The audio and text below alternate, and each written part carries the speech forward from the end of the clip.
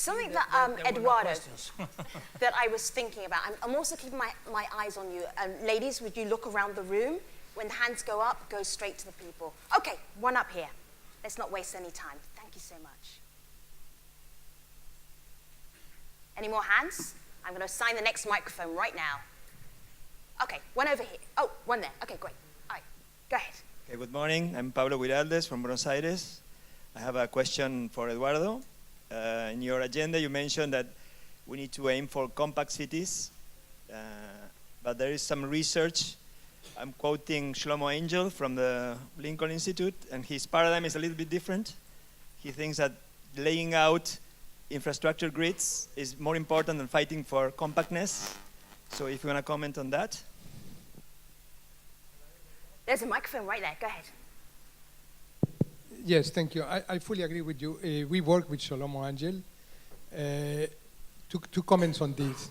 What he's saying is that densities are reducing all over the world, which is 20–30% in the world. And it's very difficult today to come back to higher densities in the full city. The position of UN Habitat on this is that you need to look for sustainable densities.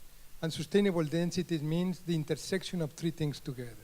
One is residential densities, transport densities, and economic agglomeration densities. When you work like that, you see, most of the cities, he was saying that there are a lot of new cities to be built, but most of the cities are already there. So how New Delhi, Mexico, Bogota, what are you going to do to come back to densities? You need to think in a strategic construction of densities in some specific areas of the city. This level of acupuncture development is what we are aiming for. It's not the whole density of the city. That is impossible. I disagree with Shlomo. We work with him. And I think that he's saying that densities cannot be reduced over time because the trend is showing that. I believe that good planning, change of model of development, will start reversing that pattern of growth. But as I said, it should be very strategically decided in the city. Next question at the back. Thank you. I'd like to know your opinion about the role of private sector in building these places. For instance, Gil mentioned a project in Bogota that was done by the government, and then he invited the private sector to do the buildings.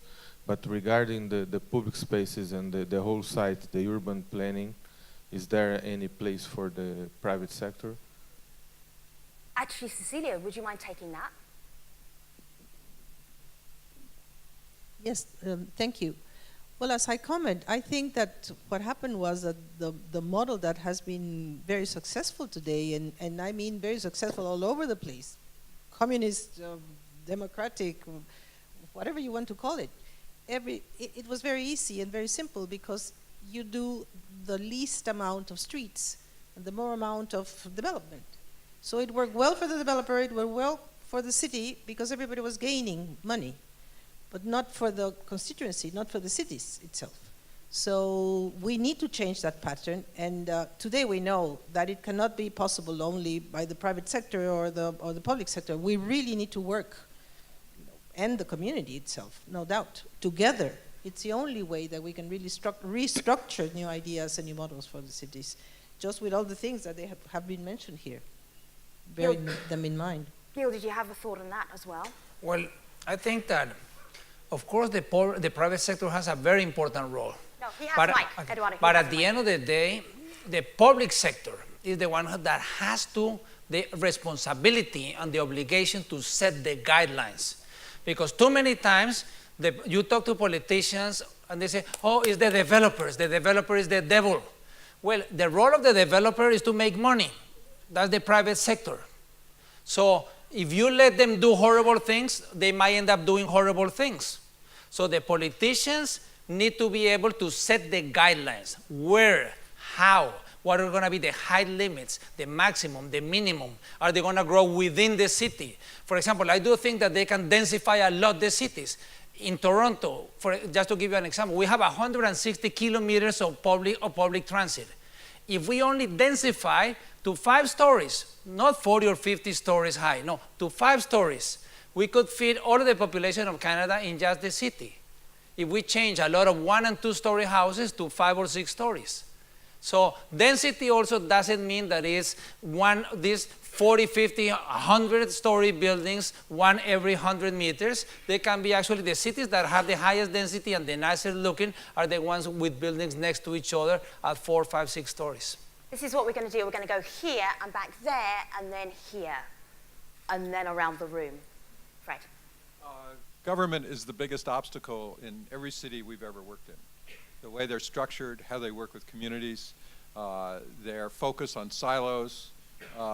It's almost impossible to get out of government what communities really need and what will help them thrive. How do we change that? I think you need to work as if it was a 3-legged stool. The government is one of the 3 legs, but not the 3 legs. At any level, municipal, state, and federal. Another leg is the public sector staff, but not just planning and transportation. We can involve public health and environment and economic development. But the 3rd leg, very critical, very important, is the people, the community, the media, the activists, the universities. And in order for the 3 legs to move in the same direction, we need to develop a shared vision through placemaking. We need to think people, places, and city. And that is the glue that is going to link together the 3 legs of the 3-legged stool. Yes, sir, over there. Question for Gil on the back of Fred's question. Oh, hold on, just hold that thought, literally. Yi. In my opinion, planners can also do something in this process. Just in the third case, I haven't explained in detail. The case was first initiated by developers because developers built some fake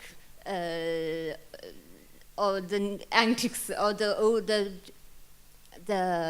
commercial buildings just after the traditional model. Then the government found the interest of the local community. So they planned, the local governments at the street level and at the municipal level, they planned Star of Manure in this area. Then they gave us an offer to do this plan. Then we insisted our value. And the mayor is, he had some foresigns of this area. So what we've done is just to find, to make a fine balance between the value and the interest among the governments, the local governments, the developers, and the residents. You have to do something beneficial for all of them. Just let them find I have interest inside. So. So I'm proud to do this, but it's difficult, really difficult in this process. Yi, pass the microphone to Cecilia. I haven't forgotten you, sir. I'm coming right back to you. Cecilia, make it brief. There's 30 people in this room who want to talk. Yes. Just to add, I think it's important sometimes to take the moment, take the opportunity. Habitat 3 is a great opportunity, not only to do lobbying at the UN, but I think, and that's what I seriously meant of saying each one has an opportunity to do something in their own city. Use it because sometimes international pressure can be a very good opportunity to press within your own city to make things happen. So use Habitat 3 as an exercise, make sure that who's going to be making decisions, and this is a good timing to start pushing around within your own city. Okay. Thanks for holding the thoughts. That's a pleasure. Go ahead. Peter Smith from Adelaide. A question for the panel on the back of Fred's question. I love the example of the pothole in the park from Gil. Gil, how do we get politicians to understand the political credit or capital in placemaking versus fixing a pothole? Because I work with a lot of politicians and they like to announce something and that we fixed the pothole, it's great, next announcement. Placemaking is a longer term, more sustainable strategy. How do we create political capital out of that? Maybe for the panel. That's a very important question. First, I think citizens can no longer be spectators. Citizens need to participate. Citizens need to go to public meetings, write letters to the editor, call up the radio stations, participate in politics, become politicians. Second, we need to learn from people like the police. I go to city after city where they are cutting the budgets of the parks and they're increasing the budget of the police. Why? Because the police have been smarter at blackmailing the politicians. So they say, oh, if you don't increase my budget, there's going to be more crime and more people dead. Actually, if you don't increase the budget of parks, there's going to be more crime and more deaths. When you are at a certain level, it's more important to invest in parks. And in parks, it's not only infrastructure. I find that cities tend to find it easier to find the millions to build the park than to find the thousands to make it work. And through placemaking, what we need is not so much the millions to build the park, but mostly the thousands to make it work. Eduardo. I agree partially with this idea.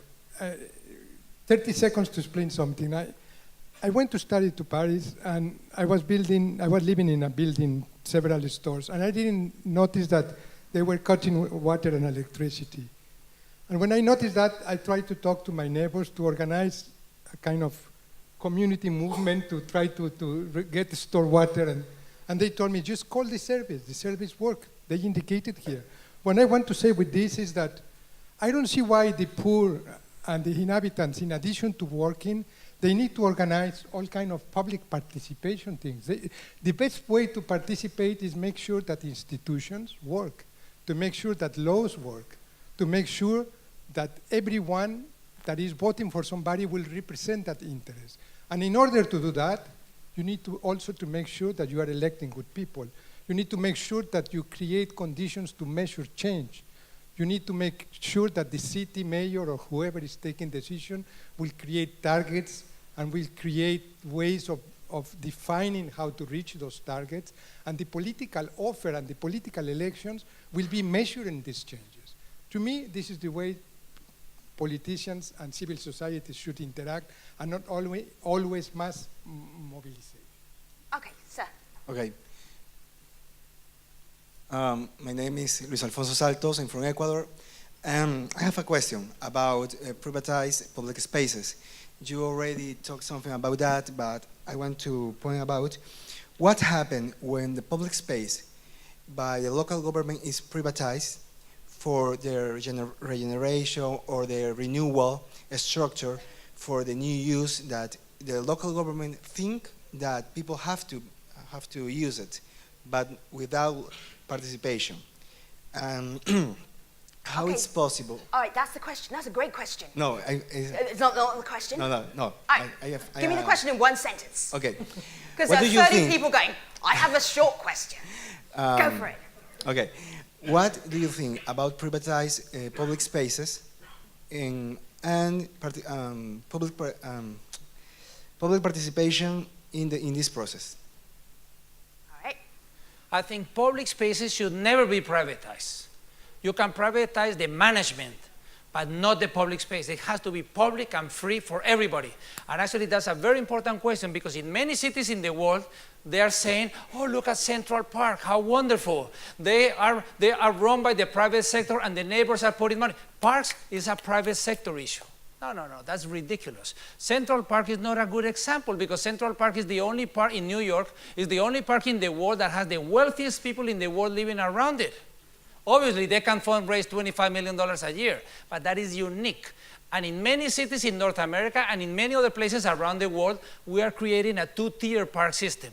In the neighborhoods where the rich people live, fantastic parks. In the neighborhoods where the low-income people live, horrible parks. So I think public parks should be public. They should belong to everybody, the rich and the poor. So I welcome all the assistance from the neighbors, from private sector, for community, to fundraise, to give money, whatever. But the government must be very clear and the citizens must be very clear that they are public spaces. Anybody on the panel disagree with Gil? No. Great. Next question. Hi, my name is Louise. I'm from Brazil. Gil, you had a great chain of thought about the affordable housing land areas outside the city center and placemaking and all. And you ended with a question of how about changing the land use in those areas to make them more of a mixed use. But I'd like to throw that question back to you. Wouldn't it be more sustainable, instead of changing the land use in those areas, changing policies inside the urban city centers where we already have abandoned buildings and bringing those people inside those city centers? And how could we make that possible? Pause on the panel. Who wants to take that one? Cecilia. Yes, I think there are a lot of things there that need to be changed. Housing, at least in Latin America, became very strongly attached to press for economic changes within a city, and it worked well for a time. What happened was that developers were looking for the easiest way to develop housing, first of all. Now, we need to start changing this paradigm about saying everybody wants one single unit house, because there's not enough land in the earth to cover for everybody's needs that way. So that's why we know now that cities cannot keep growing the way they are, especially in Latin America, and the way they're copying the same models in Africa and in Asia. So that has to be changed, first of all. And second, everybody knows that that kind of schemes are really providing for certain low-level income, but not for the lowest of the low. So at the end, governments are not coping really about housing needs. So we need to change completely the whole model and really try to find out financial ways to keep the economy moving, but in a very different way. And that's why now we're trying to push for places, for public places, and really create the structure when then the housing schemes can be provided for. Okay. Sir. Guillermo, ¿en portuñol es posible? Yo soy brasileiro, intendente de Balneário Camboriú, Santa Catarina. Nosotros estamos num processo profundo de humanização da cidade. Alargamos as avenidas, las tornamos mais anchas, acalmamos o trânsito, criamos mecanismos para que os carros andem mais devagar. Pero usted falou acerca de que não há tempo para pensar e há tempo para ser. E eu concordo plenamente com isso. Estou em segundo mandato na cidade. Pero la saída. So I'm going to ask you to make it a short question because we're going to go to the coffee break. So I'm going to ask you to make it a short question because Gil is actually going to tell me what you just said in Spanish and then answer the question. Okay. All right. So that's quite a long process. Já poderia ter finalizado ela. All right. La verticalização em minha cidade é a segunda do Brasil, que mais verticalizada é essa. E na verticalização que conseguimos os recursos para fazer as obras necessárias de criar os espaços humanos. Como compreendes se este caminho realmente devemos seguir adelante? Florianópolis, no? Balneário Camboriú. Balneário Camboriú. Yeah, so he is the mayor of a city in Brazil that has gone into creating pedestrian places and widening sidewalks and more human, and if that should be the way to go. And slowing the traffic. Let me tell you, every city in the world, the speed in all of the neighborhoods should be 30 kilometers or less, 20 miles or less, everywhere. If you get hit by a car at 30 kilometers an hour, there's only 5% probability that you're going to be killed. If you get hit by a car at 50, not at 100, just going from 30 to 50, the probability is 85%. So if we want to create places, we need to slow down the cars in order to create cities for people. So all of those ideas of reducing the speed and widening sidewalks and improving the crosswalks and all of this is necessary to involve the community and create great places. How many more questions do I have in the room? Hands up. Okay. Gil Penaloza, Eduardo Moreno, Cecilia Martinez, Huang Yi are going to be in the coffee break just outside. You have questions, keep them busy. I'll see you at noon.